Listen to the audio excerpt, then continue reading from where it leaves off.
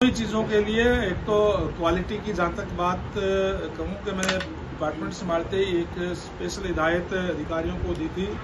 Quality के साथ हम कोई समझौता नहीं करेंगे, अच्छी क्वालिटी की रोड हम बनाएंगे और समय पर बनाएंगे। समय पर अगर नहीं बनाता है तो भी पेनल्टी का प्रावधान है, उसका टेंडर कैंसिल भी किया जा सकता है। और इसी तरीके से अगर कोई भी एजेंसी ठीक कार्य नहीं करेगी उसके खिलाफ भी हम एक्शन लेते हैं। और जो अधिकारी अगर जो जिम्मेदार है उसके लिए, उसके खिलाफ भी हम एक्शन लेते हैं। इसलिए हमने सख्त आदेश दिए हुए हैं इस बात के कि क्वालिटी से कोई समझौता नहीं, अच्छी क्वालिटी का रोड बना करके अच्छा इंफ्रास्ट्रक्चर प्रदेश के लोगों को देने का काम करें। हरियाणा के अंदर कांग्रेस पार्टी नहीं है, गुटों में बटी हुई है, अलग अलग गुट है। कोई हुड्डा जी का गुट है, कोई शैलजा जी का है, कोई रणदीप जी का है, कोई और गुट है।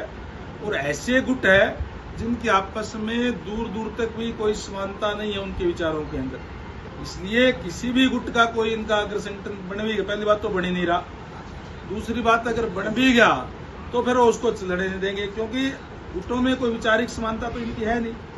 इसलिए कांग्रेस हरियाणा के अंदर पार्टी न होकर के अलग अलग गुट है।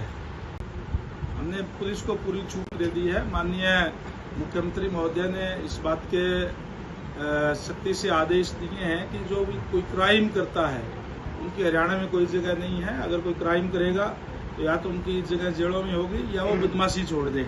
ये सख्ती से आदेश दे दिए है। कम उनके खिलाफ सख्ती से निपटने का काम जो है हरियाणा पुलिस के द्वारा किया जा रहा है।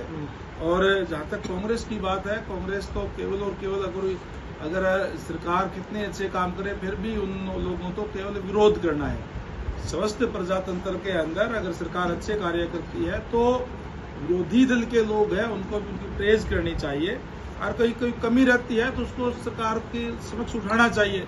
लेकिन वो तो केवल और केवल एक ही बात है कि केवल विरोध करना है। कांग्रेस पार्टी ने धारा 370 हटाई, उसका भी विरोध किया। राम मंदिर का निर्माण हुआ, उसका भी विरोध करने का काम किया।